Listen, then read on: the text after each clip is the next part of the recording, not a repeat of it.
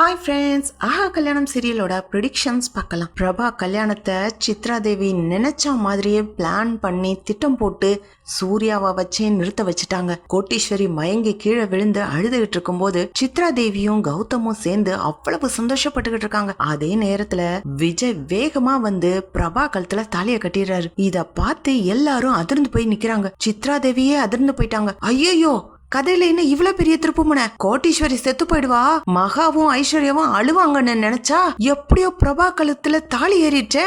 விஜய் ஏன் இப்படி பண்ணுன? ஐயோ, அனாமிகா வந்தா என்ன ஆகும் அப்படின்னு சித்ராதேவி யோசிச்சுட்டு இருக்க நேரத்திலேயே அனாமிகா சித்ராதேவிக்கு கால் பண்றாங்க. என்ன ஆண்டி, கல்யாணம் நின்னுடுச்சா? நான் அதுக்கான பிளான் பண்ணி வச்சிருந்தேன்ல, மாப்பிள்ளையோட ஃப்ரெண்டு அந்த பொண்ணை பிடிச்சு அவளுக்கு தேவையான காசை கொடுத்து ஒரு சின்ன டிராமா தான் கிரியேட் பண்ணேன். கரெக்டா கல்யாணம் நின்னுச்சு. அதுவும் எப்படி, சூர்யாவாலே நின்னுச்சா அப்படின்னு அனாமிகா பேசுறாங்க. சித்ராதேவி, ஆமா ஆமா, நீ சொல்றது எல்லாமே கரெக்ட் தான். நீ போட்ட மாதிரியே திட்டம் சரியா வேலை செஞ்சுச்சு அனாமிகா. ஆனா இங்க பெரிய ட்விஸ்ட் ஒன்னு ஆயிடுச்சு. கல்யாணம் நின்னுச்சா? அந்த மாப்பிள்ளை ஓடி போயிட்டானா அப்படின்னு அனாமிகா கேக்குறா. சித்ரா தேவி, ஆமா அனாமிகா, ஆனா அட சும்மா இருங்க ஆண்டி, இந்த சந்தோஷத்தை கொண்டாடுறதுக்கு நான் வீட்டுக்கு வர்றேன். மகா மூஞ்சில கரிய பூசி மகாவை வீட்டை விட்டு வெளியில துரத்துறேன் பாருங்க அப்படின்னு அனாமிகா பேசிட்டு காலை கட் பண்ணிடுறாங்க. சித்ரா தேவி, ஐயோ அனாமிகா, என்ன அதுக்குள்ள கட் பண்ணிட்டா?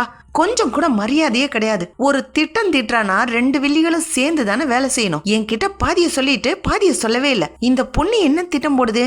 இங்க திட்டமே வேற மாதிரி நடந்து போச்சு. விஜய் பிரபா கழுத்துல தாலியை கட்டிட்டாரு. இத சொல்றதுக்குள்ள இந்த அனாமிகா போனை கட் பண்ணிட்டாலே. அவ மூஞ்சில தான் கரிய பூசிக்கிற போறா. எங்க மகா மூஞ்சில கரிய பூசுறது? மகாவும் ஐஸ்வர்யாவும் இப்ப சந்தோஷமாயிருவாளுகளே அப்படின்னு சித்ராதேவி புலம்புறாங்க. ஆனாலும் பரவாயில்ல, விஜய்க்கு தான் டைவர்ஸ் ஆனது கேன்சல் ஆயிடுச்சுல்ல.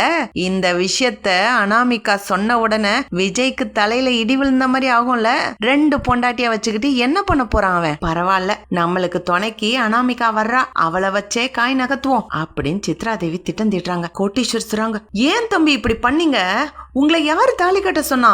ஏன் பொண்ணுக்கு நீங்க ஏன் தாலி கட்டினீங்க? ஆண்டி சும்மா இருங்க ஆண்டி. பிரபா என்ன லவ் பண்ண ஒரே காரணத்துக்காக ஊரே அவளை கேவலமா பேசுறத என்னால சகிச்சுக்கிட்டு இருக்க முடியல. பிரபா பாவம், நல்ல பொண்ணு, என் கூட ஊர் சுத்தினான்னு சொல்லி தானே ஊர் கேவலம் பேசுது. நானே கல்யாணம் பண்ணிக்கிறேன். எனக்கு தான் டைவர்ஸ் ஆயிடுச்சுல்ல, இப்ப நான் தனியா தானே இருக்கேன். பிரபா என்னோட வைஃப், இது சட்டப்படி செல்லும் தான் ஆண்டி அப்படின்னு விஜய் பேசுறாரு. நேரா அவங்க அப்பா அம்மா கிட்ட வந்து, அம்மா என்ன மன்னிச்சிருங்கம்மா. டேய் விஜய், ஏன் இப்படி செஞ்ச? இல்லம்மா, பிரபா பாவம்மா அப்படின்னு பேசிட்டு எல்லாரும் ஒட்டு மொத்தமா வீட்டுக்கு வராங்க. வீட்டுக்கு வந்து மகாவும் சூர்யாவும் இறங்கி வராங்க. மகா சூர்யா மேல சரியான கோவத்துல இருக்காங்க. தேவையில்லாம ஒரு பிரச்சனையை கிரியேட் பண்ணி இந்த கல்யாணத்தை கெடுத்து இப்போ விஜய் பிரபாகலத்துல தாலி கட்டியிருக்காரு. எங்க அம்மா எது நடக்க கூடாதுன்னு நினைச்சாங்களோ அதுவே கடைசி நடந்துருச்சே அப்படின்னு மகா ரொம்ப வருத்தப்பட்டு இருக்காங்க. வீட்டுக்குள்ள வந்தா அனாமிகா நிக்கிறா. மகா கேக்குறாங்க, என்ன நீங்க வந்து நிக்கிற? நான் வந்து நிக்காம வேற யாரு நிக்க போறா? என்ன மகா, நான் வந்தது உனக்கு பெரிய அதிர்ச்சியா இருக்கா? கோர்ட்ல இருந்து நோட்டீஸ் வந்திருக்குமே, டிவோர்ஸ் கேன்சல் ஆயிடுச்சு தெரியுமா? நான் வந்தது உனக்கு பெரிய அதிர்ச்சியா இருக்கா என்ன அப்படின்னு அனாமிகா மகாவை பார்த்து கேக்குறாங்க. இல்ல அனாமிகா, எனக்கு எந்த அதிர்ச்சியும் இல்ல, ஆனா உனக்கு ஒரு அதிர்ச்சி காத்திருக்குது தெரியுமா அப்படின்னு மகா ரொம்ப தைரியமா நெஞ்ச நிமித்தி பேசுறாங்க. பார்த்தா விஜயும் பிரபாவும் கழுத்துல மாலையோட வீட்டுல வந்து இறங்குறாங்க. ஐஸ்வர்யாவும் அனாமிகாவை பார்த்தோன்னே, ஆஹா வா வா வா, உன்னைத்தான் காணோன்னு எதிர்பார்த்தேன். என் தங்கச்சிக்கு கல்யாணம் ஆயிடுச்சு, உனக்கு தெரியுமா? அதுவும் அவ ஆசைப்பட்டு காதலிச்ச விஜய் கூடவே கல்யாணம் ஆயிருக்கு. என் தங்கச்சி அதிர்ஷ்டமானவதான், அதிர்ஷ்டமான பொண்ணுதான் அப்படின்னு ஐஸ்வர்யா பேசுறாங்க. அனாமிகா பார்த்தோன்ன, விஜய் என்ன இது, எதுக்கு இவ கழுத்துல தாலி கட்டின? எப்படி நீ கல்யாணம் பண்ணிக்க முடியும் அப்படின்னு கோவத்தோட விஜயோட சட்டையை பிடிச்சு அனாமிகா கேக்குறாங்க. விஜய் வந்து, போ அந்த பக்கம், உனக்கும் எனக்கும் தான் டைவர்ஸ் ஆயிடுச்சுல, ஒன்னும் இல்ல, இப்ப நான் தனி ஆள் தானே, நான் யார கல்யாணம் பண்ணிக்கிட்டா உனக்கு என்ன அப்படின்னு விஜய் கேக்குறாரு. அனாமிகா சொல்றாங்க, என்ன விஜய் என்ன நினைச்சுக்கிட்டு இருக்க? கோர்ட்ல இருந்து உனக்கு நோட்டீஸ் வரலையா? என்ன நோட்டீஸ், எதுக்காக வரணும்? உனக்கும் எனக்கும் டிவோர்ஸ் ஆயிடுச்சு, அதுக்கப்புறம் நீ எதுக்கு இங்க வந்து நின்னு பேசிக்கிட்டு இருக்க? நீ எதுக்கு இங்க வந்த அப்படின்னு விஜய் கேக்குறாரு. ஐயோ விஜய், டிவோர்ஸ் ஆனது கேன்சல் ஆயிடுச்சு. நான் ஹைகோர்ட்டுக்கு போய் அப்பீல் பண்ணேன். டிவோர்ஸ் ஆனது கேன்சல் ஆயிடுச்சு.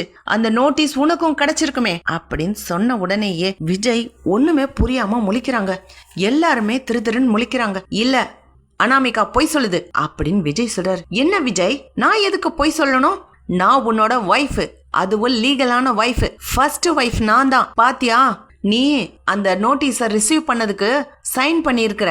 நான் இத தேவை இருக்கும்னு சொல்லி தான் போஸ்ட் ஆபீஸ்ல இருந்து கலெக்ட் பண்ணி வச்சிருக்கிறேன். கவர்மெண்ட்ல இருந்து இந்த லெட்டர் உனக்கு அனுப்பிட்டாங்கன்றதுக்கு சாட்சியும் என் கிட்டதான் இருக்கு. இதுல கையெழுத்து போட்டிருக்கிறது யாருன்னு பாத்தியா?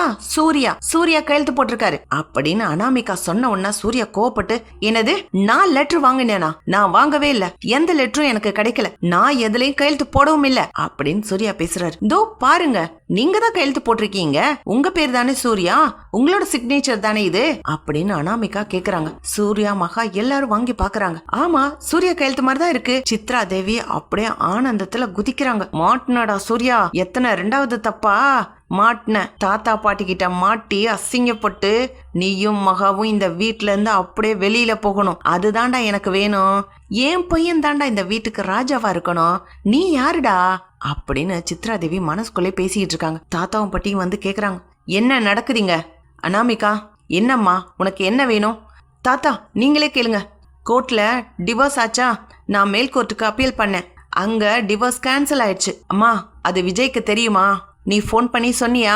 இல்ல தாத்தா, நோட்டீஸ் விஜய்க்கு கிடைச்சிருக்கும். விஜய் கிட்ட நோட்டீஸ் எதுவுமே இல்லையே, கிடைச்சிருந்தா சொல்லிருப்பார்ல, அததான் சூர்யா வாங்கிட்டார்ல, சூர்யா தானே சொல்லிருக்கணும் அப்படின்னு அனாமிகா கோவப்படுறாங்க. சரி வாங்க, எல்லாம் உள்ள போய் உட்காந்து பேசலாம். ஆரத்தி எடுத்து பிரபாவையும் விஜயும் கூப்பிடுங்க அப்படின்னு சொல்லும்போது மகாவும் ஐஸ்வர்யாவும் ஆரத்தி எடுக்க வராங்க. அனாமிகா ஆரத்திய தட்டி விடுறாங்க.